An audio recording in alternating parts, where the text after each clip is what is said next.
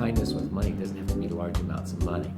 I went to a restaurant one time, and there was this lady there, and we were going to get a donut and a cup of coffee. I was with this lady, and so I walked up and we sat down, and my friend said, "I'd like a donut and a cup of coffee, please." "What kind of donut would you like?" "A sugar one." "Okay, cool." "And what would you like, sir?" "I'd like a donut and a cup of coffee." "Can I have a cake one?" And so it's like the lady left. She came back with one cup of coffee and gave it to my friend. She said, "Oh, do you need cream and sugar?" She goes, "Yeah." So she goes back and she gets the cream.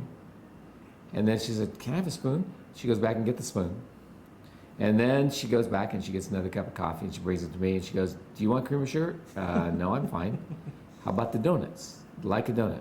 "Okay." She goes over and she gets the sugar donut and she gives that to us. And then I said, "Can I have my donut?"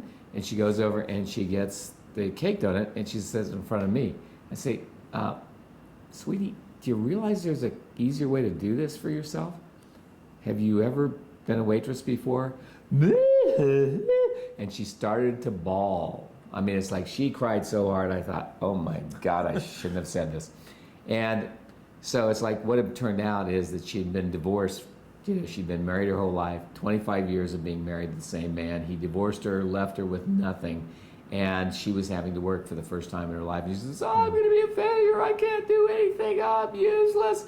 I go, "You're not useless. You just need to learn a few tricks." So when I left, it's like the bill came to $6.79, and I left her $15.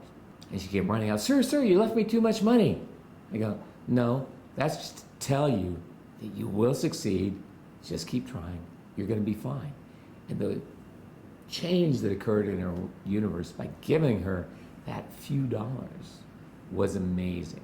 And that's the gift you can be if you just see how you can contribute to people and use your money, no matter how small it is, to create a different possibility.